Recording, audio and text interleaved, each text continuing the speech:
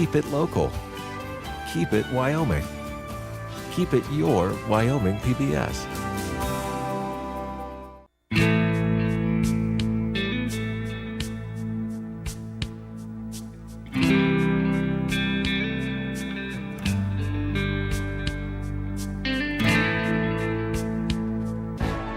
Wyoming PBS, in partnership with Wyoming Public Media and the Wyoming Business Report, are proud to bring you Election 2014, Wyoming's Primary Choices.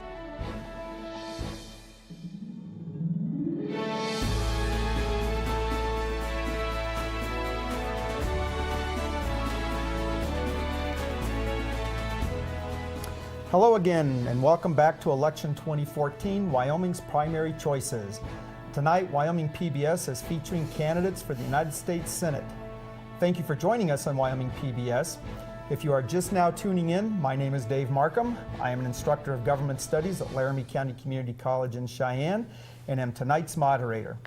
Joining me on tonight's panel is MJ Clark, editor of the Wyoming Business Report, and Ann McKinnon of WyoFile.com. This is the second of two debates we are conducting tonight. The first involved Democratic Party candidates for the United States Senate. Our second debate, the one we're about ready to start, will involve candidates from the Republican Party. To review the rules for tonight's debate, in each session, candidates will face questions from our panel. Numbers were drawn earlier to determine the order of seating and final comments. There will be no opening statements. Candidates will have 1 minute to answer questions. The first to answer a question will be given 20 seconds for rebuttal, and lightning round responses must be kept to 15 seconds. Finally, candidates will be allowed 90 seconds for closing statements. Time limits will be strictly enforced, so candidates will need to please pay close attention to the green, amber, and red lights on the stage. And if you're having trouble seeing them, I'll be more than happy to remind you if the red light comes on. Okay, our second debate will feature 4 individuals seeking the nomination of the state's Republican Party. Mike Enzi is Wyoming's senior United States Senator. Senator Enzi was born in Bremerton, Washington, but was raised in Thermopolis and Sheridan. He has a BA in accounting from George Washington University and an MBA from the University of Denver. Before being elected to the United States Senate, Enzi ran a small business in Gillette and served in both the Wyoming Air National Guard and the Wyoming State Legislature. Senator Enzi was elected to his current position in 1997. He is seeking election to a 4th 6-year term, and he claims Gillette as home. Welcome, Senator Enzi. Thank you. Brian Miller hails from Sheridan.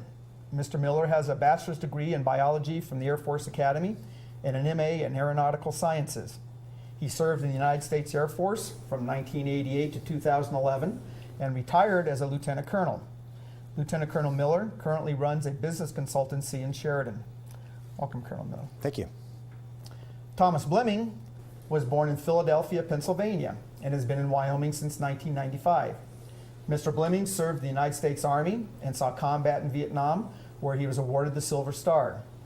Mr. Blemming is an author, an award-winning photojournalist, and has worked as a mercenary. He currently resides in Lusk. Welcome, Mr. Blemming. And finally, Arthur Bruce Clifton resides in Cheyenne and currently works in the energy industry. Welcome, Mr. Clifton. Thank you. For the first question, candidates will not be given time for a rebuttal. After that, then you'll be given 20 seconds for a rebuttal. And I think, MJ, you're going to start us off with that. So, my question is a two-parter. First, what are your qualifications for serving in the U.S. Senate? And second, if elected or re-elected, what would you do to make the Senate more productive than it has been? Senator Enzi. Thank you. I've been a businessman in Wyoming. My wife and I started a shoe store. I served in the Wyoming legislature, both in the House and in the Senate. I'm an accountant, and I've worked on safety training, and I've served in the United States Senate.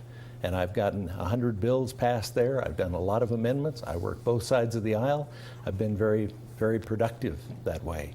And I'm hoping that the voters of Wyoming will send me back for another term so that I can continue to do some really critical things that are needed for Wyoming and for the United States. Part of that would be biennial budgeting. Part of that would be paying down the national debt, balancing the budget, fixing Obamacare.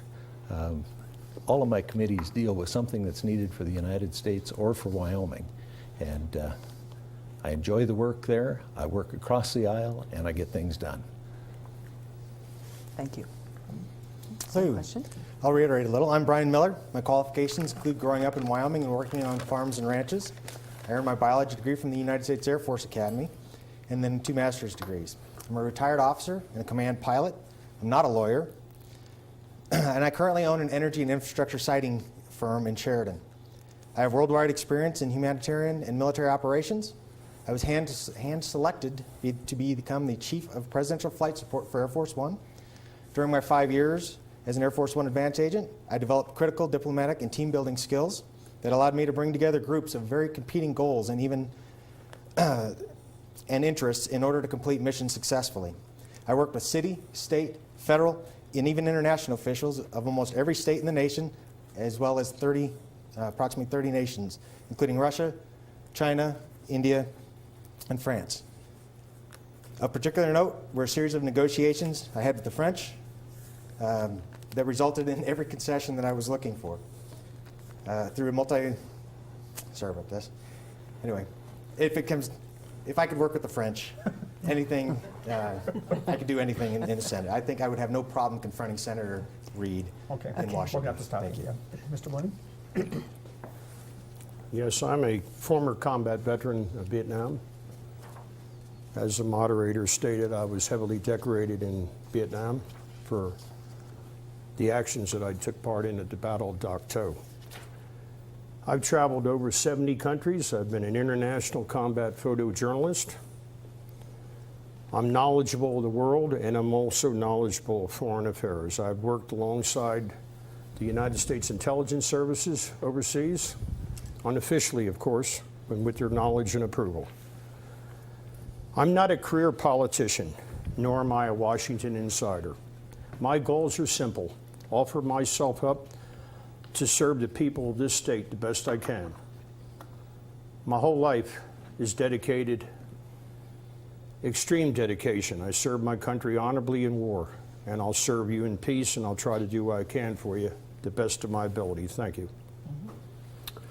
Well, I'm not going to be able to meet any of those qualifications, but anyway, I've been married for 30 years, and I do believe that tells how loyal I am. I came here as an actual government contractor to Cheyenne to do refuse hauling in Warren Air Force Base. So I'm a little familiar with federal contracting and dealing with some of their regulations. And I've done construction work, welding, worked on ranches and farms throughout my life. So I know what it is to be a hardworking American, and I also know what it is to not be heard in Washington, and that's why I'm here. I want a voice there for you. Thank you. Thank you. Ann? Brian, in the early 90s, Al Simpson helped push through the last big immigration legislation. Today, talk of a path to citizenship has led to impasse, but in fact, many adults coming to this country are not interested in citizenship. They just want to be able to work legally and send money home. What do you want to see done on immigration, and how would you accomplish that in Congress? Well, I do believe that we have good laws actually on the books. A lot of them are just not being enforced. I think that there are a large number of people who are being allowed into the country. Maybe that needs to be increased, could be. I do not believe that anyone who's come into the country illegally should ever become a U.S. citizen unless they go back to their country and come back legally then. I do believe also that the issues down at the southern border that have been allowed to develop with this humanitarian crisis are causing a lot of people to look at this a lot differently than they had before. And I think that a lot of people are wishing that we would just waive the rights and let everybody come in, but I cannot support that. Thank you. Tom? My view of the situation in the southern border comes as firsthand knowledge. I spent 4.5 years in Central America. You have abject poverty and you have the extreme rich. You also have a drug problem. that doesn't seem to want to go away. In one hand, as the Colonel stated, you have a humanitarian crisis, and on the other hand, we have a national security crisis. And before I would use the national security element of our military to put an end to it, I would hope that I would be able to use diplomacy. Diplomacy, I mean, on Mexico. We have many things that we can do. We can stop their NAFTA, North American Free Trade. We could bring punitive actions against them on a diplomatic scale.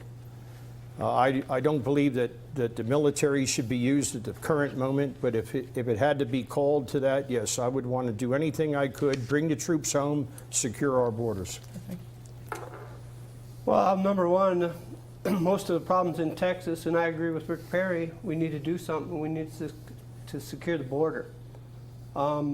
He hasn't had the help that he needed, and that's unfortunate because our federal government should be there supporting him. And I think that through immigration, if you do not go through our process, you do not belong here. Again, the question is between the path to citizenship, which occupies a lot of discussion, and whether people just want to be able to work legally, which is a green card. What about making that possible? Well, I think you have more than enough people to fulfill the green card system right now, right, with the people you have here.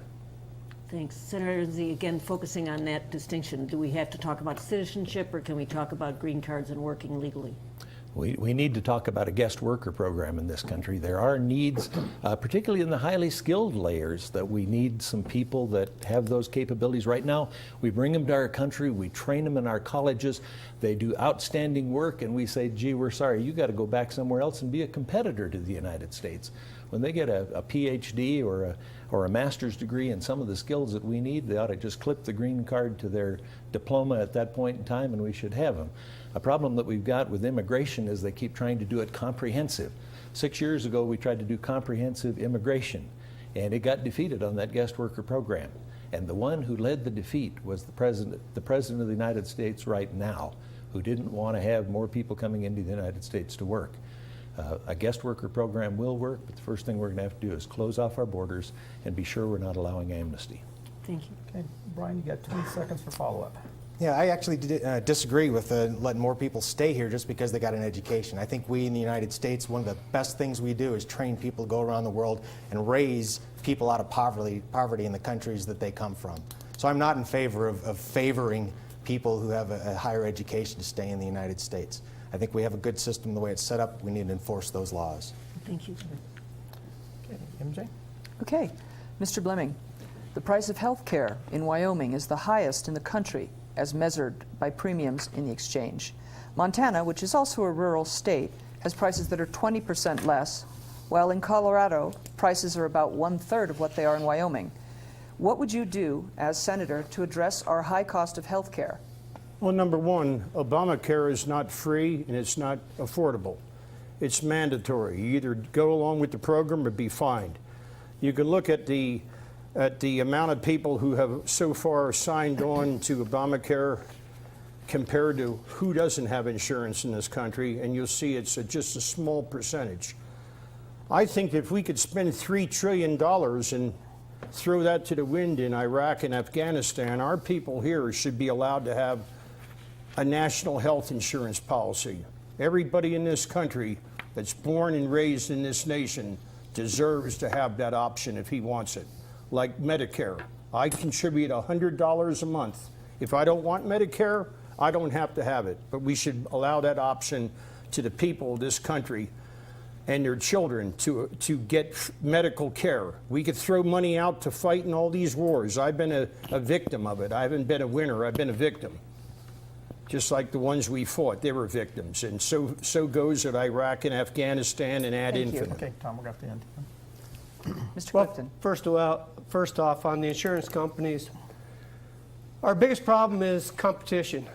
Certain companies aren't allowed to operate in Wyoming as they are in Montana or Colorado.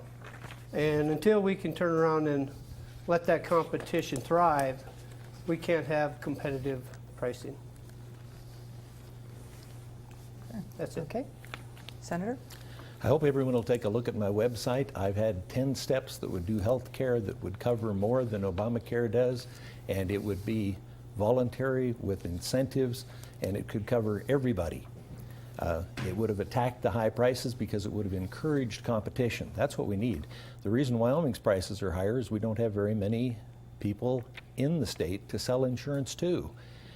If we could sell insurance across state borders, work through associations so that they could get a big enough group to actually effectively negotiate with the insurance companies. If we encouraged health savings accounts instead of discouraging health savings accounts, we could bring the price down. And if we could do a number of things that the bill discourages, we could actually fix health care in America and bring the prices down. I think the people of America are in for a rude awakening when the prices come out in October for what it's going to be for next year. Well, Obamacare was never intended, in my mind, to actually provide health care. It was a massive power grab that ended up bringing a lot of power, federal regulatory power, up to Washington, D.C. That's one of the reasons the costs have gone higher. And the senator's right, the costs are going to go even higher in the future. Health care is a state's issue. It's a state power, states' rights, individual rights issue. I do not believe that health care is mentioned in the Constitution. Show me where it is. It's not a right, as was mentioned in the previous debate. It is a state's issue, and it is a private issue that can be handled by the states. And if the states want to have a health care system like Obamacare, more power to them. But I cannot and would not support Obamacare. I'd actually like to see it repealed fully. Okay, Tom, you got 20 seconds for follow-up. You know my policy. Check out a family that can't afford their young child an operation. They put money jars in a restaurant. This shouldn't be in this country. We have enough money we could throw to wars. We should help our own people first before we do anything other overseas. And that means health care, number one. Okay, thank you, Tom. Excuse me. Ian? Arthur, No. Yeah. yeah? Yeah. Yeah. Democrats and Republicans have both questioned the reach of the National Security Agency into Americans' private lives. What is your stance on bulk collection of phone records under the Patriot Act, and whether to make public the opinions of FISA, the Foreign Intelligence Surveillance Court? Well, first of all, I believe it violates the First Amendment of the Bill of Rights. Oh, excuse me. I was thinking something else. No, it's our privacy, and it shouldn't be invaded upon by any government. We've all been raised pretty much in this room with freedoms, and each year seem like they're pulled away from us. And I feel sorry for my great grandkids. I don't have any yet, but their freedoms will be nothing like what we've gotten to grow up with. How about specifically about the collection of phone records under the Patriot Act? No, I disagree with them. There's no cause for that. If they want to target the terrorists overseas, let them go for it. Thank you. Mike? Originally, the bill was just supposed to make the same laws for terrorists that there were for drug dealers. It was much easier to be a terrorist than it was a drug dealer. So they looked at having some kind of regulation that would allow some looking at records, but it was supposed to go through a judge. There's been a huge overreach here, and that isn't the case anymore. They're just looking at any phone records, tying it to other phone records, and expanding their atmosphere dramatically. That's wrong. We're going to find another problem, and that's going to be the Consumer Financial Protection Bureau, which gets to pick up everybody's financial records, and they're doing that right now. And that's without our privacy or permission. Comes under the Federal Reserve. We have no control over it. Would you be working on the Patriot Act or other legislation to change the bulk collection of phone records? There are a number of us that are working on that already. Right now? Absolutely. And how do you expect to achieve success on that? I think that there's been enough embarrassment by the NSA that it's going to be possible to get it done. But we're going to have Harry Reid allow it to come up, and right now he's limiting anything that can come up and amendments. Thank you. Brian? No, it's an obvious violation of our Fourth Amendment rights. I'm appalled that anybody in our Congress ever thought that this was a good idea. National security, look, I worked in the military for a lot of years. One of the jobs that I held, I actually did analysis of terrorist organizations and looking at what types of information we needed to gather. The information that has been allowed by the Patriot Act and also some of the National Defense Authorization Act are well beyond what is needed. Anybody who thought that it was a good idea was wrong from the get-go. And I cannot support any violation of our Fourth Amendment rights or First Amendment rights, Second Amendment rights, any of those, on the basis of national security. We are Americans. What about making public the opinions of the Foreign Intelligence Surveillance Court, which are now not published? That one, I would probably say yes. We probably do need to do that. When would be up for debate. Maybe not immediately while something's going on, but after the fact, very likely. Thank you. Tom? Yes, Senator Enzi voted for the Patriot Act. He voted for the NDAA. The only one in the state of Wyoming who vocally protested it in the streets was me, because I know what it is to live under a dictatorship. I've lived in many communist countries, and what we're having here right now is communism with a smile. We have a communist president, and we've had fellow travelers to go along with him. And in my opinion, what Senator Enzi voted for was to take away the Bill of Rights from us. The National Defense Authorization Act gives the government the right to seize you in your home, anywhere you're at, and hold you forever without even a charge. That's what it could do. And believe me, I was on the receiving end of a lot of that under Noriega. I never would believe that they would ever permit that sort of law to be in this country, but we have it now. That's the reason why we're running, to be a voice in Congress to say no. You cannot intrude on Americans' civil liberties anymore and their civil rights. And this is why I'm running for this office. Okay, thank you, Tom. Arthur, you got 20 seconds for follow-up. I guess I got to agree with them. They got an argument.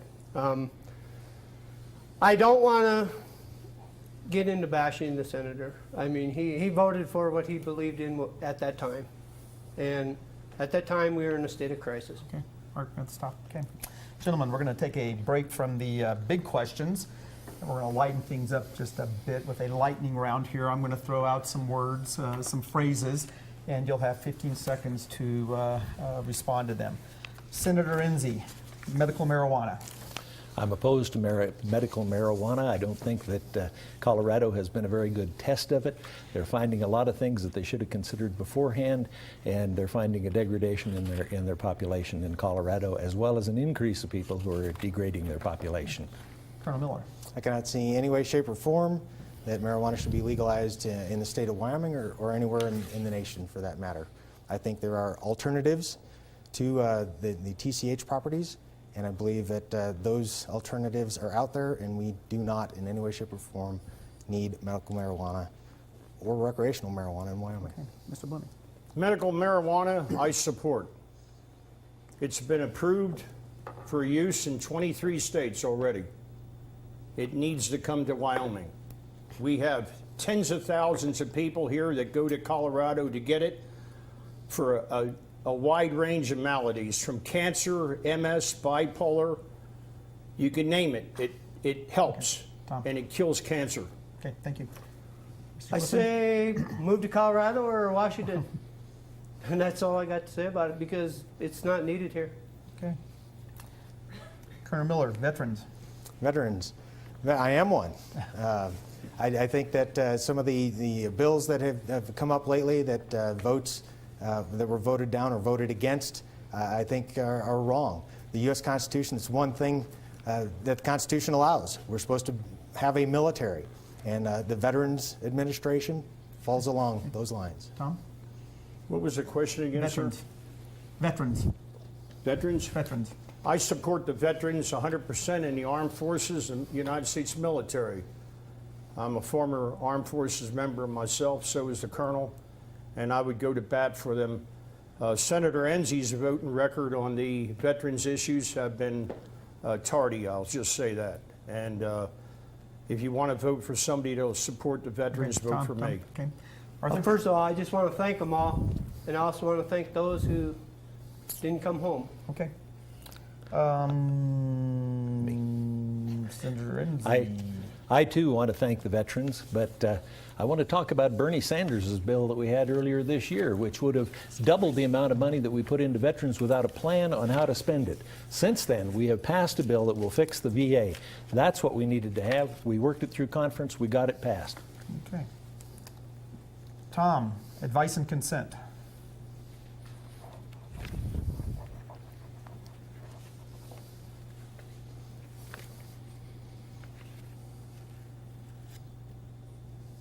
Is that, That was for Yeah, you. that was for you. it deals with what? Advice and consent. Abortion? In reference to what? Okay. The U.S. Constitution gives senators the powers of advice and consent. Explain your feelings about that. Well, the U.S. Senate, as the colonel was saying, the U.S. Senate is limited under the Constitution on what they can do. What we have to be concerned about in this country is the increased federalization of our way of life. And these laws that they're passing, a lot of these laws run contravene the Constitution. Arthur? Well, I think President Obama should learn to use some of the advice that's been given to him. As far as consent, he kind of does his own thing. Okay. Senator Enzi? The Senate has the right to advise and consent on all nominations by the president. The Democratic Party just broke the rules, changed the rules so that a bunch of the power to be able to do that advice and consent has been taken away. And it will be a degradation of the type of nominations that we're getting. We've already seen that in ambassadors. Okay, thank you, Senator. Colonel Miller? It is a concept that is far too often ignored than listened to by our current administration. Okay. Arthur, renewable energy. Wind power, solar power, battery power. We need it. Okay. Senator Enzi? I'm in favor of all kinds of energy. That would include renewables. I do think that energy sources should be able to stand on their own instead of having huge subsidies. Okay. Colonel Miller?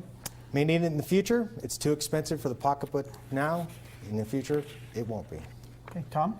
I support the coal industry. Wyoming has 38,000 people in the coal industry that work for a living. And I also support alternative energy such as wind power, solar, and water power. Okay. Senator Enzi, Endangered Species Act. The Endangered Species Act needs to be updated. It hasn't been for decades. We need to have a plan for what's going to be done with the species that'll show how it's going to be saved and when it's going to be saved. Okay. Go ahead. The Endangered Species Act allows organizations like the U.S. Fish and Wildlife Service to adversely impact our energy, agricultural, and tourism industries. Okay. Tom? Yeah, I would say that the real endangered species are the unborn children that we're aborting at 57 million so far. I would put my efforts at first to go for their protection before I'd go for an ant or a cockroach or an animal. A human being. Okay. They would be what I'd be prioritizing. Okay. Arthur? Actually, I think it's done very well in the past. It's actually brought the bald eagles back, which were almost extinct at one time. It's brought the wolves back. Yeah, the federal government has their hands in everything, but some things are good. Okay. Okay, we are going to stop with the fun questions and return to the more serious big questions. And I think that this one's on you. Mike, your family seems to benefit financially from your Senate position. Your ex-daughter-in-law, as a campaign consultant, took home an unusually large percentage of contributions to your campaign. Your son was paid a lot to be the public face for a company that ate over $7 million in federal stimulus money but did nearly nothing on the so-called energy project near Gillette called Two Elk. None of that, of course, is illegal, but it seems inappropriate. And shouldn't Wyoming voters be offended? I think that your company, WyoFile, did an extensive investigation into that and even said at the end that there was no conflict of interest, there was no extra pay, and that my son had not gotten any benefits from me. Not he worked from for a you. company, he has the right to work for a company, and that company benefited from some federal dollars, but ones I voted against. But don't you think it's inappropriate, both of those things, both for your son and your daughter-in-law, to be obviously benefiting from your position? I don't think that my son benefited from my position, and I think your company said that he did not benefit from it. He didn't get a pay increase at any one of those stages, and my daughter-in-law makes less than the average person that's raising money, and she's very good at raising money. Yes, she is good at it. Brian? Okay, can you repeat the question Sure. so that it applies to me? No, I want you to answer the question. You are campaigning against each other. Okay. So Senator Enzi has these situations where Well, I do think it's inappropriate. I think it's something that is built into the system the way the system is designed right now. It allows people to, I don't want to say take advantage, but it allows people to go ahead and utilize their, I don't even want to say insider information, but the system is designed right now to allow companies to get a lot of money from the government through regulatory systems. The Department of Energy in particular has got a lot of money that they give out to organizations that I don't think they should. I think a lot of these organizations should end up being advisory. They should have no funding mechanisms whatsoever. I think that's the same with the EPA. I think they should be advisory. They shouldn't be regulatory. I think the Department of Education, along with the Department of Energy, should also be advisory and shouldn't have any ties to money whatsoever. Not having ties to money could prevent things like this from happening. But wouldn't a senator perhaps suggest to his son that he shouldn't take a job that he's clearly being hired for just because he's a senator's son? I would expect so. Thank you, Tom.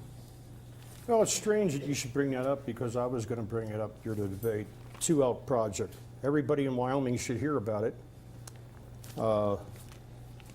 The purveyors of this stimulus money, $9.9 million, they got it from the federal treasury, and in the end, they didn't do anything about it. It was a grand scam. I feel that this is one more nail in the coffin why we need somebody in Washington, D.C. that starts to become the fox in the henhouse, which I would like to be. I'm not a jury or a judge, but I do believe that the perpetrators of this this situation have been brought before a federal attorney, although I don't know the finalization of it. But then again, I said we need somebody in there that will take the oath of office serious, and it will not go ahead and try to do something that's contravening the law. Arthur? Well, maybe we should have some nepotism laws and make them work, first of all.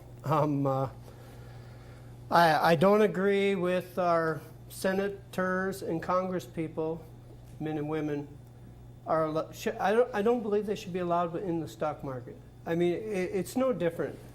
They get inside information that they can capitalize on. And if we put a limit to all of it, we can kind of control it. But you'll never get away from the criminal side of it. I mean, you just won't. People are greedy. Senator Enzi, you have 20 seconds for a follow-up. Yeah. A son doesn't have a choice of who their father's going to be. And they develop their own talents. And they should be able to use their own talents. Now, those have to be within bounds. And my son and I never talk about his job there. I've learned more from WyoFile about my son than I have by talking to my son, because that's an area we just don't discuss. Okay. Brian, abused by both parties, the filibuster has eroded bipartisanship, compromise, accountability, and the government's ability to function. Would you be willing to end or severely limit the use of the filibuster? Why or why not? The filibuster has a very useful, it's very useful for the minority party to keep from being overrun or having their ability to be listened to interfered with. Unfortunately, it's used way too much. And by being utilized as much as it is, we get nothing done in Congress. That's one of the things that I think I can go to the Senate and do. I think I have some diplomatic skills that I can bring people to the table. I can actually get them talking about the right things. And those right things for me are the enumerated powers that are within the United States Constitution that deal with the federal government. The 10th Amendment severely restricts, in my mind, what the federal government should be doing. A lot of those things that they argue about in Congress should not be there. They should be down at the state level. And that's, I think, would help eliminate the filibuster right there if we only dealt with federal issues at the federal level. Thank you. For all too long, the Congress and the Senate of the United States have been divided between political parties.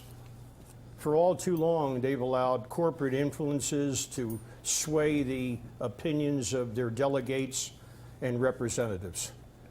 As a United States Senator, seeing that I would not be taking any political action funds or any lobbyist money, like some people have, I wouldn't be swayed by this. I would be willing to reach across the aisle, and no matter if the man was a Democrat or a Republican, if his ideas were right and the people of Wyoming would benefit, I would say, okay, let's look at your proposals and maybe we can come to an agreement. For all too long, our Congress we have a gridlock Congress. Nothing can be done.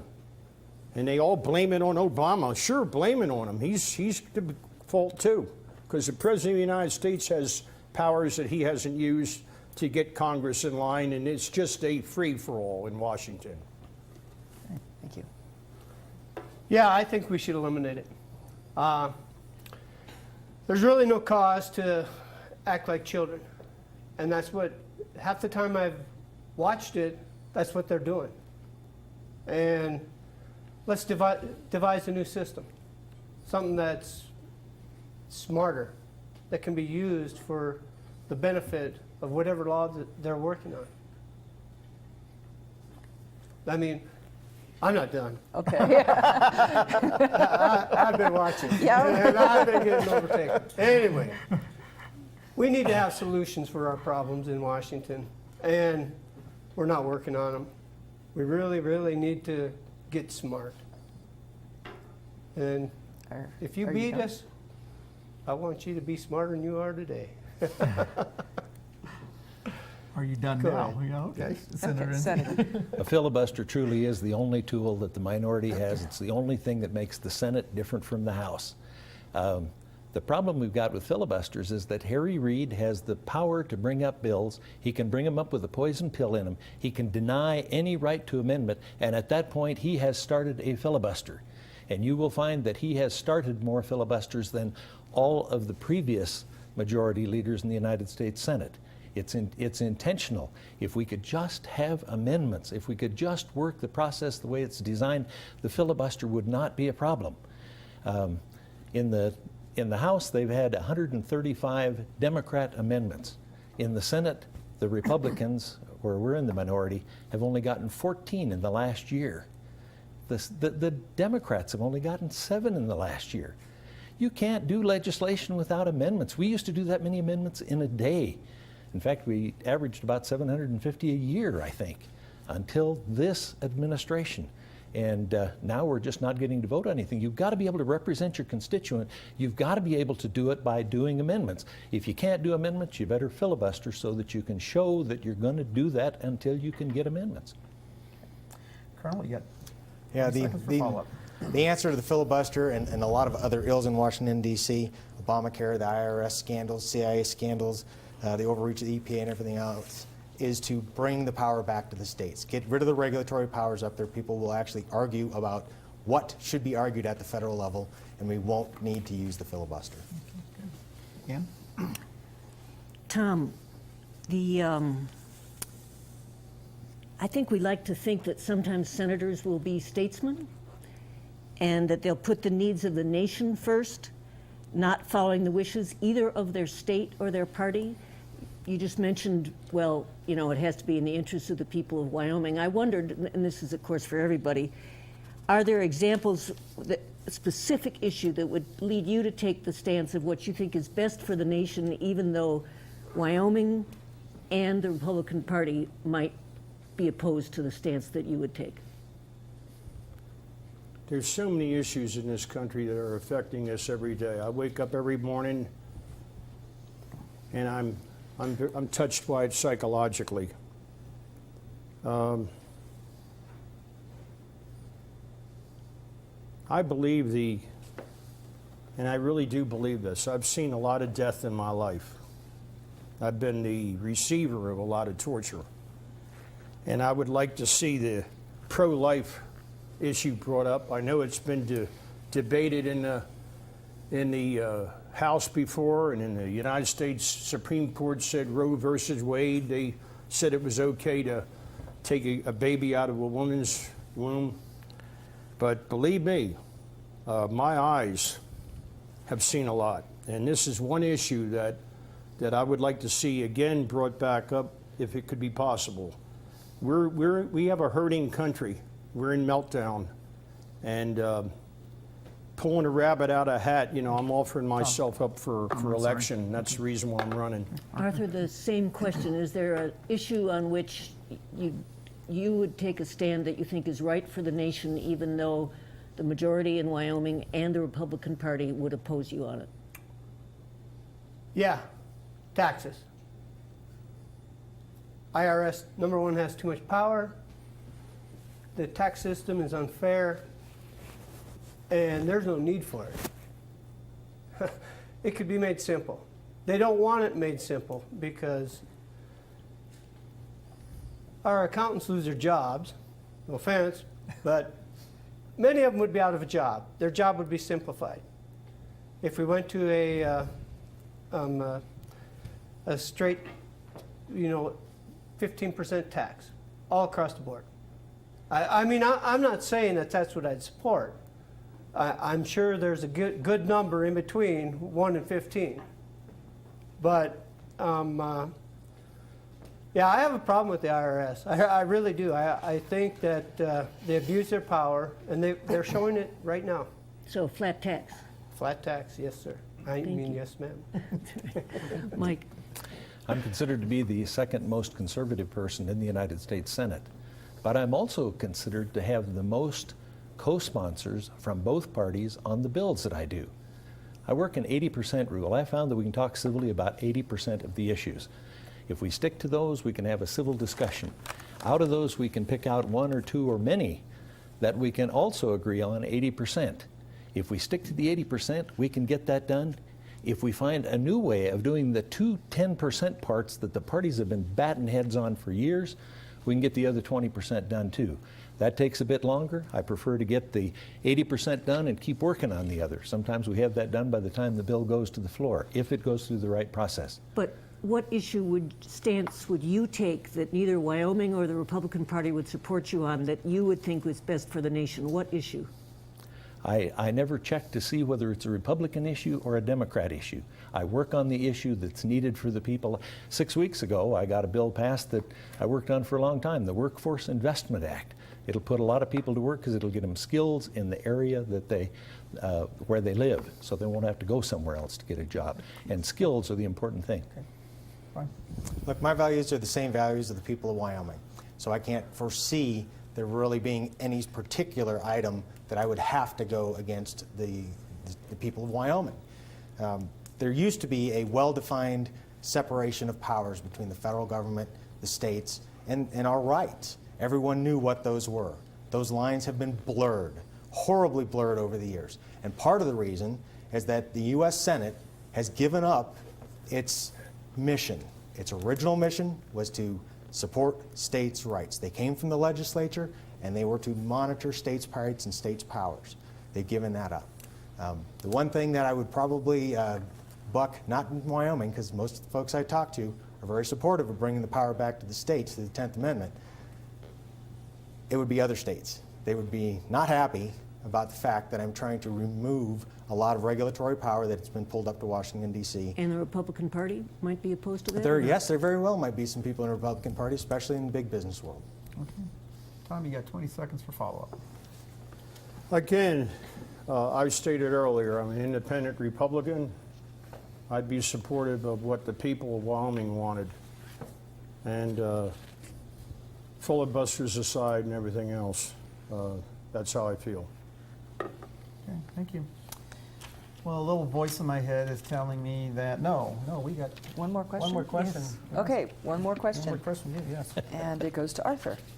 The federal government owns 48% of the surface and 75% of the minerals in Wyoming.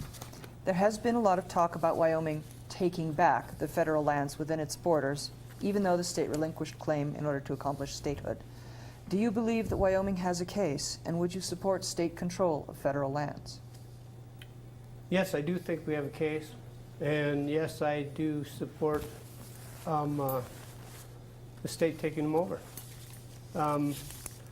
The state does many better things than the federal government has ever done, and our history has shown it. Again, you go to the 10th Amendment, the federal government has put their hands down the states' backs and controlled what the states should be taking care of themselves. And sooner or later, one of the states are going to stand up to them. And I hope we're the first ones, because we need to lead the way. Senator? I would exclude our national parks and our national monuments, but the other federal land, there's precedent for it to return to Wyoming.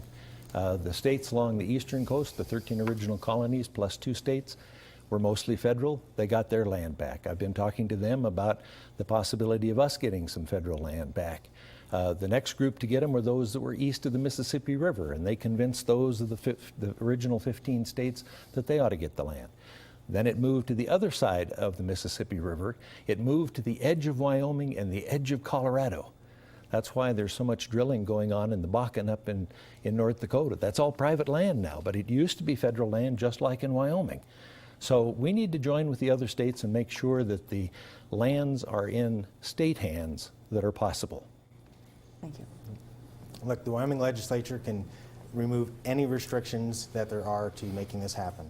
I personally believe that no one in Washington has the right to tell people in Wyoming how to control their air, water, and other natural resources. I believe that every square inch of Wyoming should either belong to the state or the individual, including the national parks. I'm okay with the national parks being national parks. Wyoming should benefit from the resources that are within their state.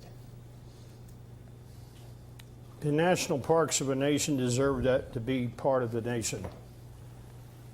But as far as any other than national parks, such as BLM land, I would revert that to the state. We need to put our priorities forward with getting our mineral taxes from the federal government, the billions of dollars that's owed Wyoming.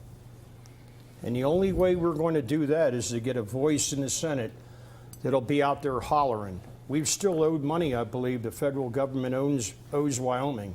I don't believe the federal government has any claim to the national minerals, the state of Wyoming. I believe that is reserved to the state. And don't forget the native peoples, the reservations in this state. They should also be recognized as sovereign countries. And we should live up to the treaties that we signed with those people. We owe it to them. Okay, Arthur, you have 20 seconds for follow-up. Well, first of all, I know there's federal land up in North Dakota that actually is, the mineral rights are owned by the federal government, and they will not release them because I've worked on many of the well pads. Trust me, they want a piece of that action. Okay. We're almost out of time here. We're going to move to the closing statements round. And Brian, it looks like you are first up. You got 90 seconds. Great. Wyoming's people have always proved that when faced with challenges, we're tough as nails. And Wyoming deserves leaders, like themselves, tough and dedicated to our common values. I am that leader. I will blaze a trail for Wyoming at the federal level, not linger in the background waiting for an opportunity, as our incumbent claims to do.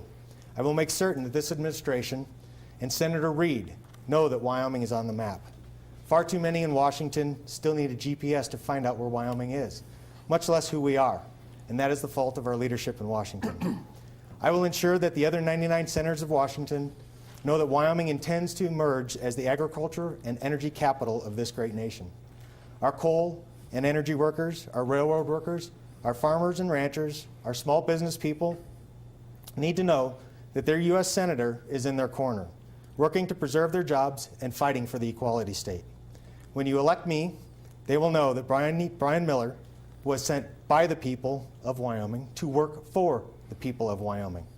I need your help in the primary election to begin this process of reining in the federal government that I talked about earlier.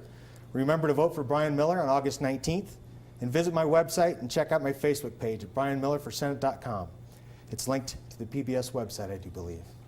Thank you all. God bless Wyoming, and God bless America. Thank you.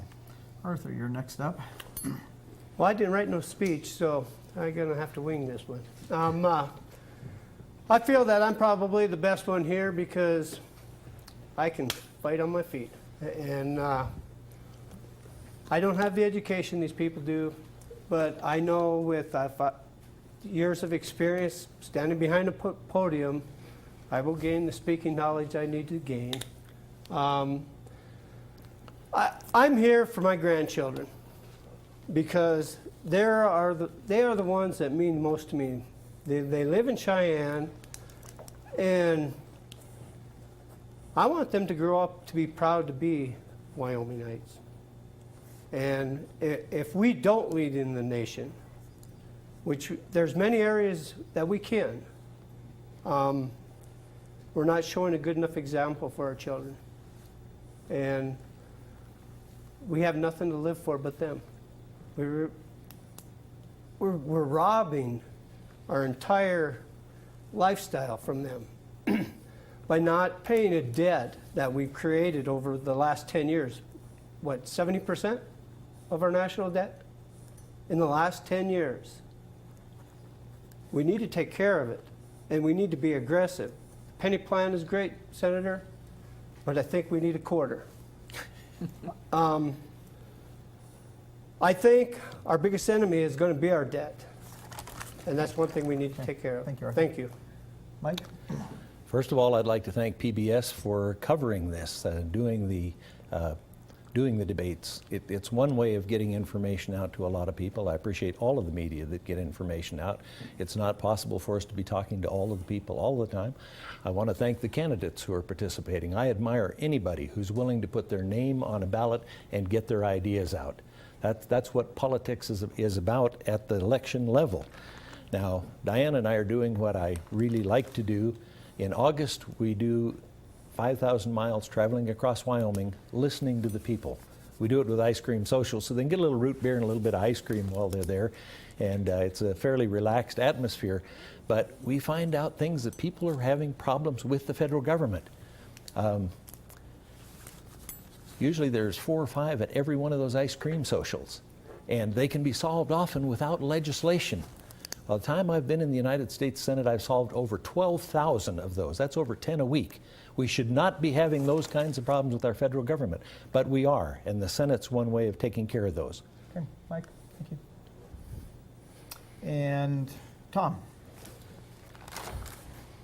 Well, tonight, ladies and gentlemen, the people of Wyoming, tonight has been the Wyoming version of the People's Court. You've heard the evidence, it's been laid out to you, and now the voters on August 19th must decide. They must decide if they want to have a person in there that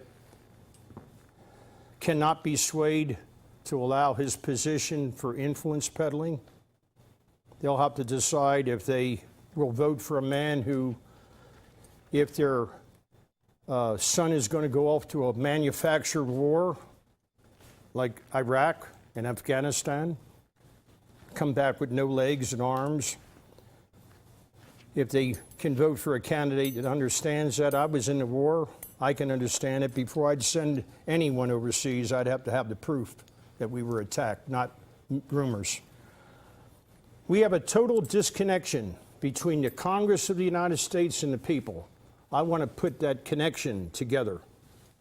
I might have to use duct tape in the beginning, but in the end, I can promise you that after 6 years, I think I'll be able to get the job done. We need term limits. The senator has been in office for 3 terms. I think he should have stepped aside and allowed to have somebody else run, but that's his prerogative. We need people in there that will fight Common Core, the communization of our school districts, and the federalization of our life from cradle to grave. We need people in there that will fight, and I ask the people of Wyoming to vote for me, and I thank you tonight for allowing me to speak. Well, gentlemen, this has been fun and it's been a pleasure, but we're out of time. We want to thank the candidates for being here tonight. We also want to thank the very many people who work here at Wyoming PBS, who we very rarely see, but I can hear in my head constantly, for putting this thing together. This is the final debate that Wyoming PBS will be staging this week. And we want to especially, again, thank you, the viewers of Wyoming PBS, for joining us. Remember, next Tuesday, get out and vote. Good night. It's been fun. Thank you.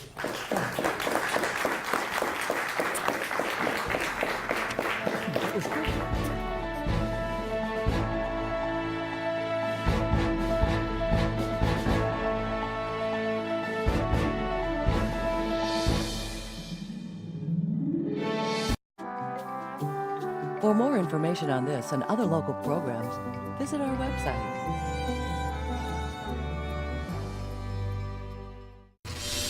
For over a century, film has brought storytelling to life through motion picture. But that's about to change. I'm always looking for whatever is new to help push the art form even further. Digital cinema has